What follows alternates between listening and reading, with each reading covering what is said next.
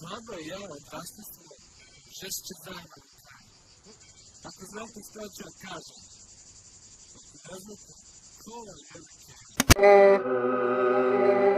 je